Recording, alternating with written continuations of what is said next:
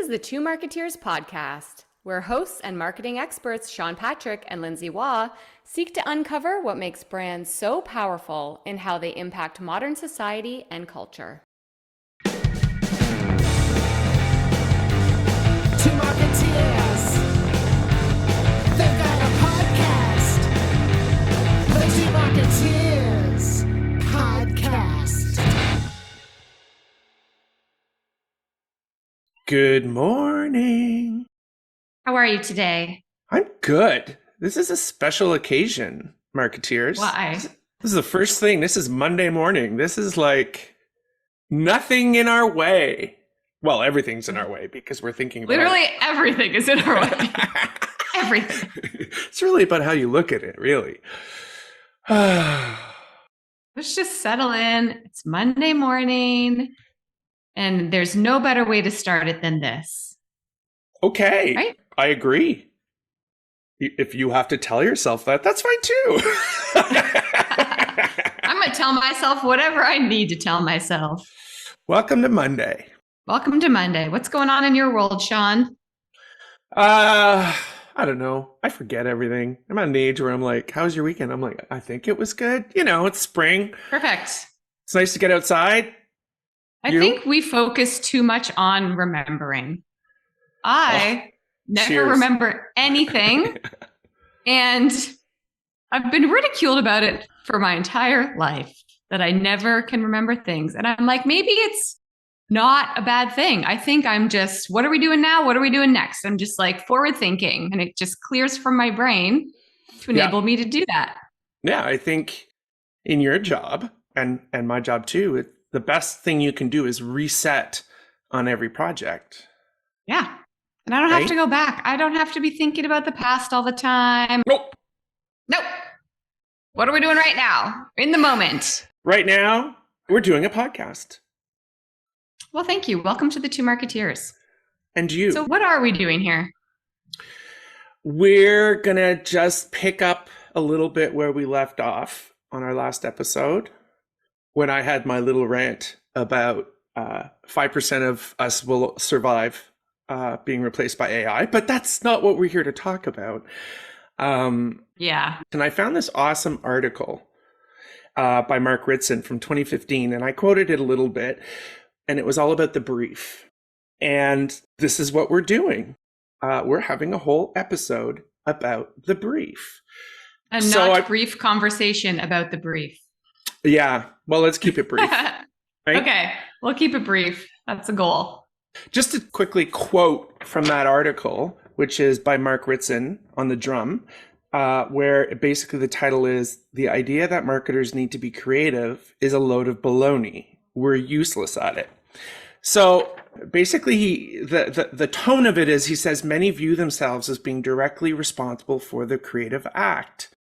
Great briefs synthesize the situation, bring to life the target segment, and summarize the strategic direction required before stepping back and letting proper creative minds loose on the execution bit.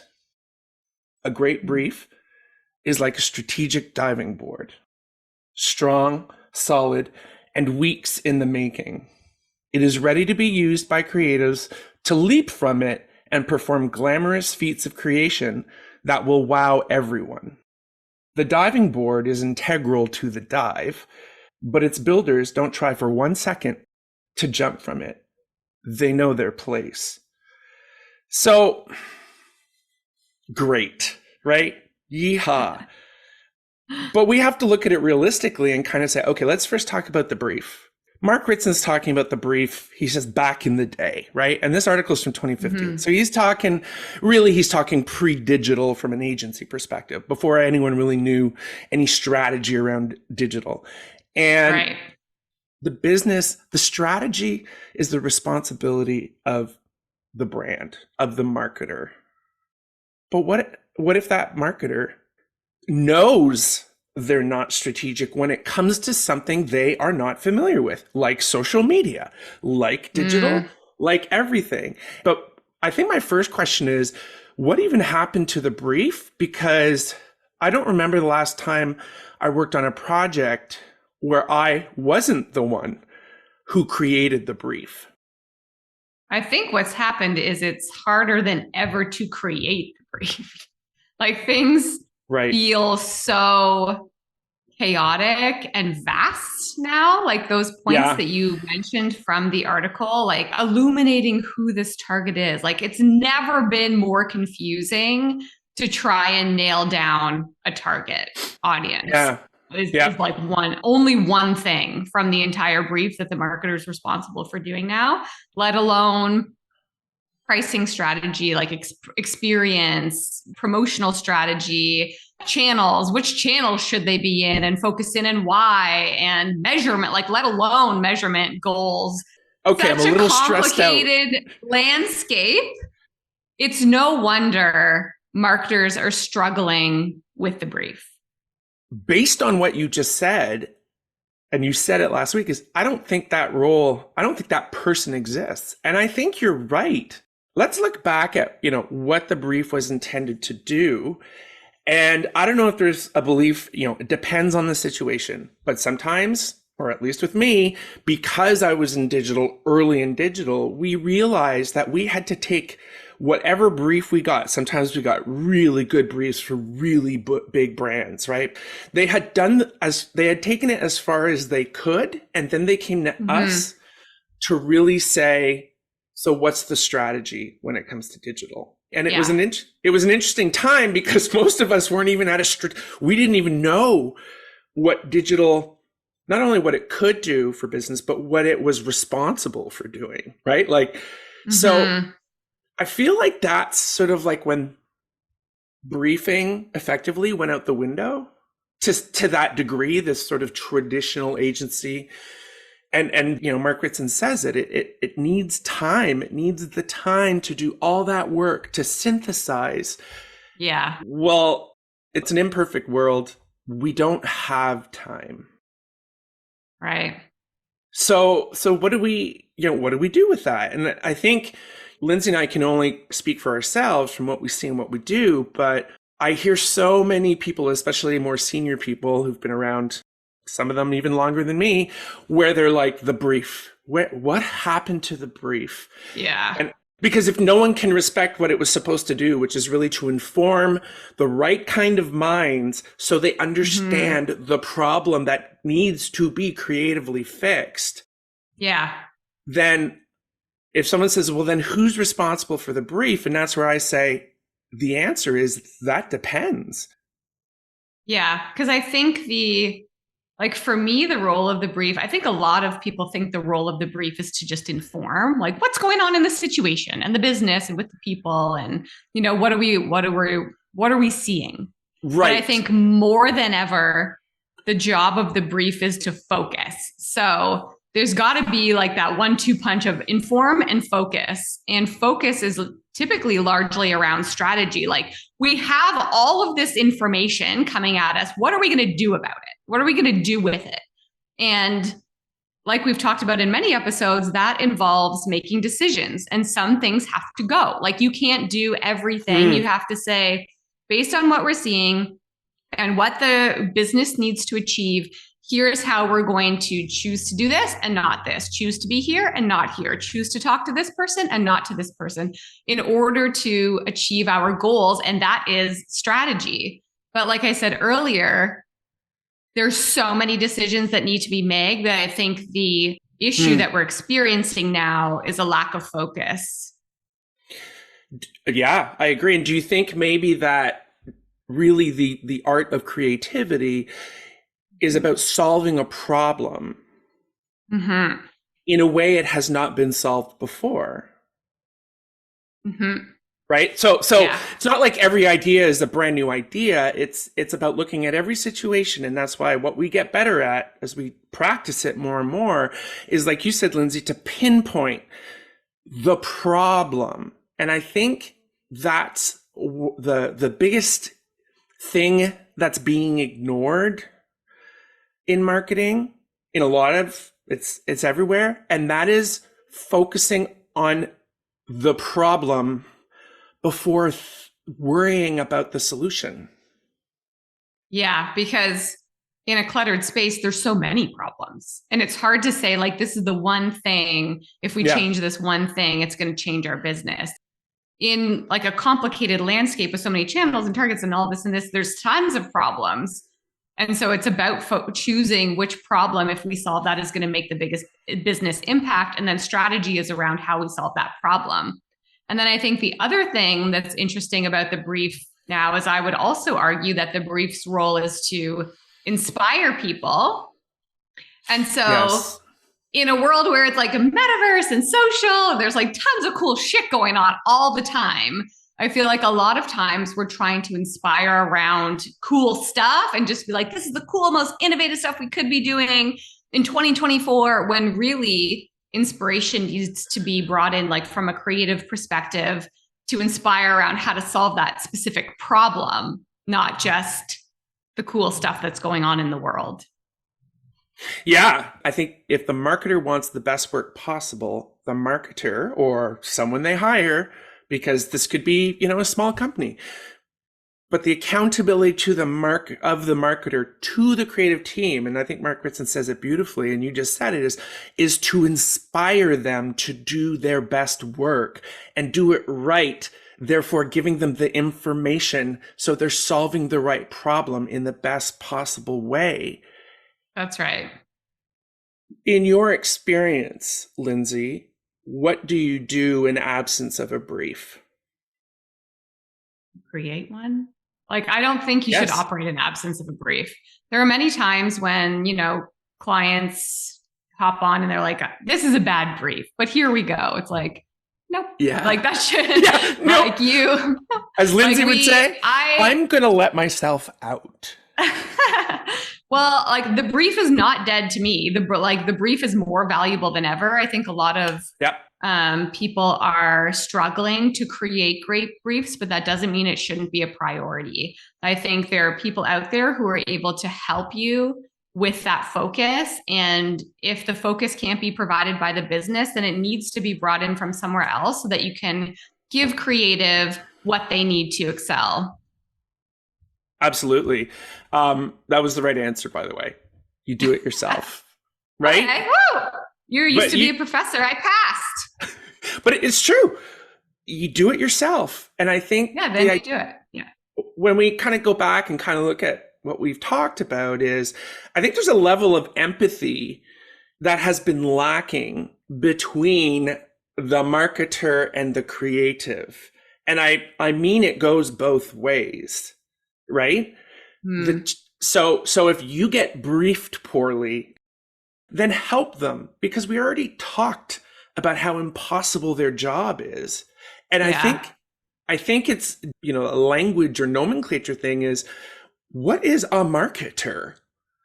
And the responsibility is, we've talked about how marketing shouldn't be a department anymore, or the future is marketing is sort of central to a company, as is brand, those kind of things. So you kind of look at, okay, if the evolution is that, I think we need to stop trying to draw a line or drive a wedge between the role of the marketer and the role of creatives, and to say the brief.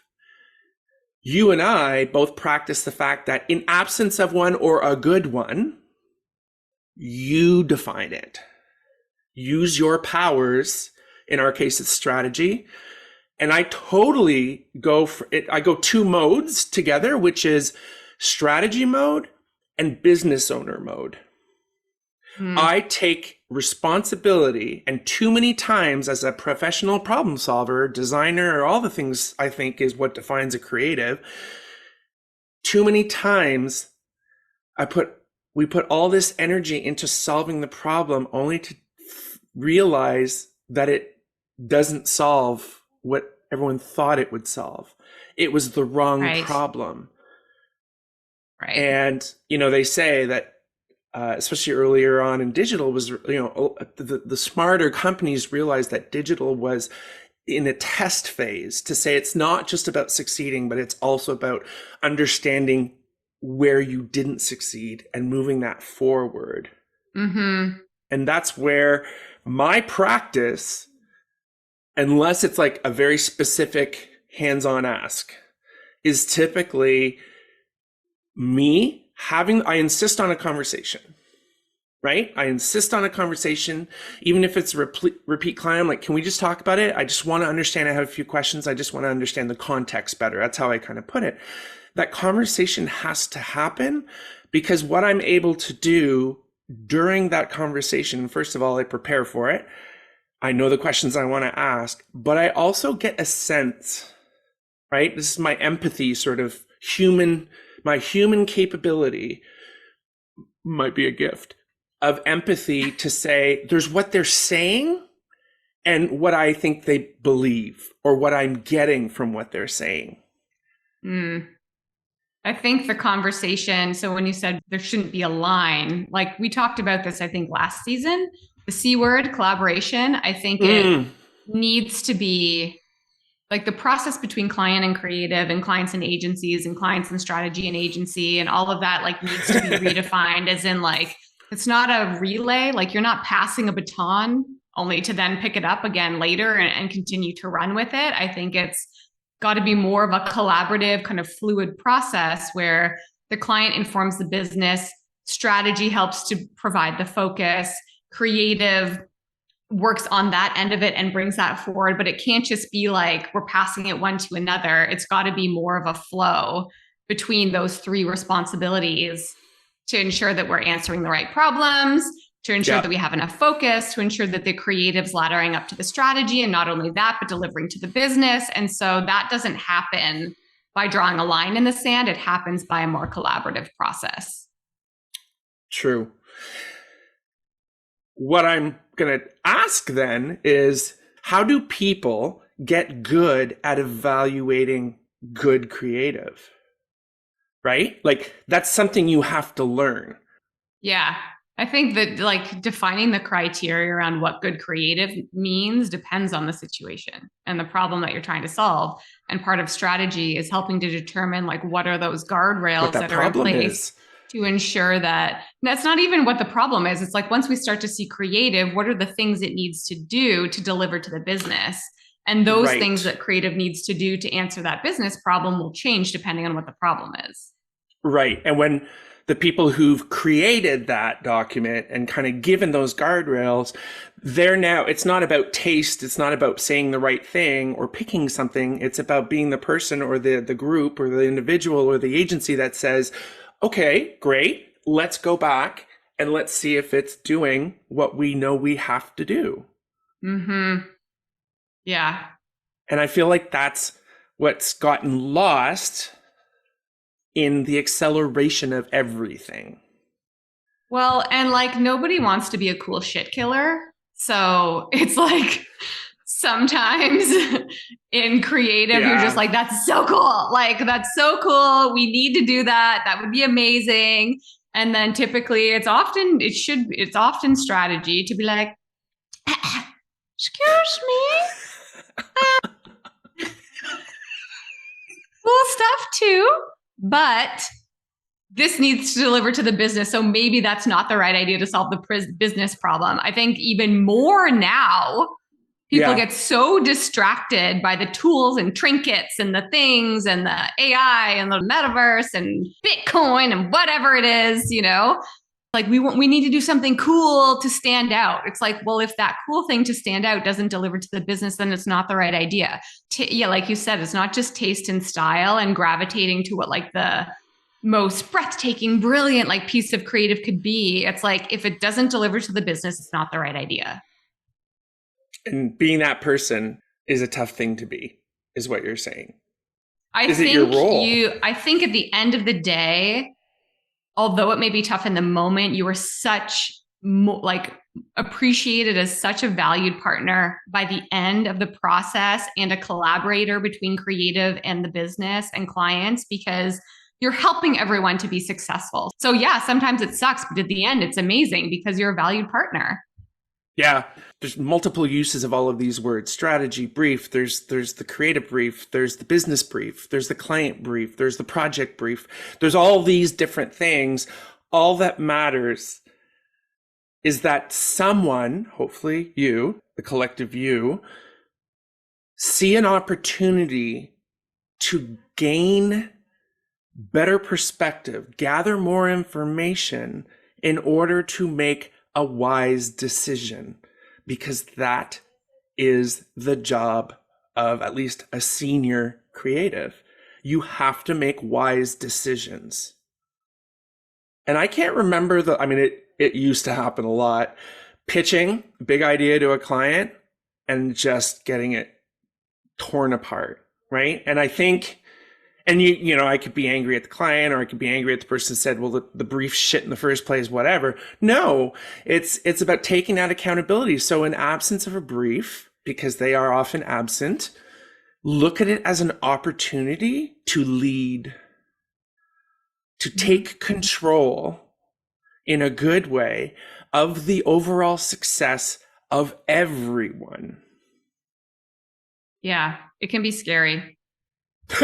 Yeah, the thing is, it's the rhetoric we allow, right? Like, okay, so this is a crap brief. Well, in your head to say, well, wait a minute, because my performance, and I will be the one accountable for a shit idea from a shit brief. And what's interesting is we assume that this is about client approving and being impressed. No, this is about it going in, spending all that time and the client's money executing it, and it doesn't perform. That is how AI will replace jobs. Clarify.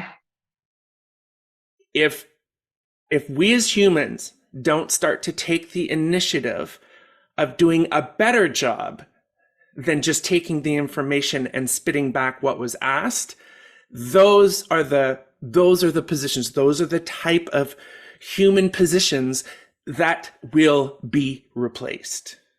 Yeah, I agree. Make yourself more valuable than a dump of information. It's not, it shouldn't be that difficult.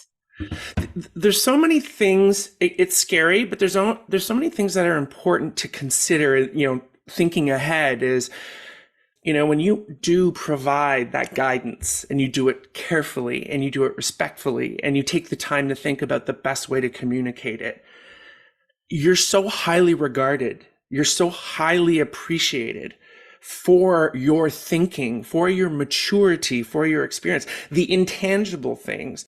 A lot of that, as you get more experienced over time, becomes like a gut instinct where you're like, something doesn't feel right here. Yeah. And it's hard to be the one in the room who's like challenging that. But I think we need to learn to trust that human instinct and go back and say, like, why isn't that feeling right? Why isn't it working? And be the voice in the room who brings it forward, because a lot of people are in vulnerable positions and they're afraid to do that because of so many reasons. Yes. But I think it's our responsibility to do it. Agreed. And I think that's the sort of business owner kind of mindset of whether you're a business owner or not, you're taking accountability for the business aspect of what it is you deliver. Yeah, 100%. And sometimes I think clients are like, you care about this way more than I do, actually. And I'm like, well, it has to work, or it's not going to be good for me. It's not going to be good for you. It's not going to be good for anyone involved in this situation if it doesn't work. And so, yeah, I do often care about it more than a lot of clients do. Because you take responsibility for it. Yeah. It's that sort of positive mindset of when you see it as an opportunity, it motivates you to do better work. Right. Because you're going to be stuck with that work and you're going to stand behind that work and hope it gets some kind of attention so you can say in the next project, I did that. Yeah. Well, I helped do that. Let me rephrase. Yeah, it's everything you're saying is so insightful. I think though we have both put ourselves in positions where we can truly recognize the importance of it. And to say this isn't shaming those who don't, because perhaps you feel that you might create waves, right? Where you shouldn't create waves. You might compromise the business that's been sold when you ask a very simple question. I made that mistake many times until I realized it wasn't a mistake. Yeah. Which is why I work in my basement. But I think it all comes down to. I think it's really good advice that you're saying, in that, like, it's your job, it's our responsibility. It's, you have to be the person who questions it, and just try to do that. Try to be that person and take control in the situations where it feels like there isn't a lot of control or a lot of focus happening, and be the one to do it. I think you'll only be more valuable because of it. So let's go do a brief. Go do better briefs. Better briefs. Better briefs. Thanks, it sounds Sean. like an underwear commercial. Sounds like an underwear. I know. Launching tomorrow. Better briefs. Anyways, Lindsay, thanks so much. Great. My pleasure. Great chat, Sean. Thank you. I appreciate it. Awesome insights. Okay. Have a great week, everyone. Bye, Marketeers. Thanks for listening to the Two Marketeers podcast. New episodes launch every 2 weeks. Find the Two Marketeers podcast on Apple Podcasts, Amazon Music, or wherever you like to listen. And be sure to rate and subscribe. Listen on our website, thetwomarketeers.ca, or you can ask Alexa to play the Two Marketeers podcast. Want to keep in touch? Follow the Two Marketeers on LinkedIn or at Two Marketeers on TikTok. We've always got something to share.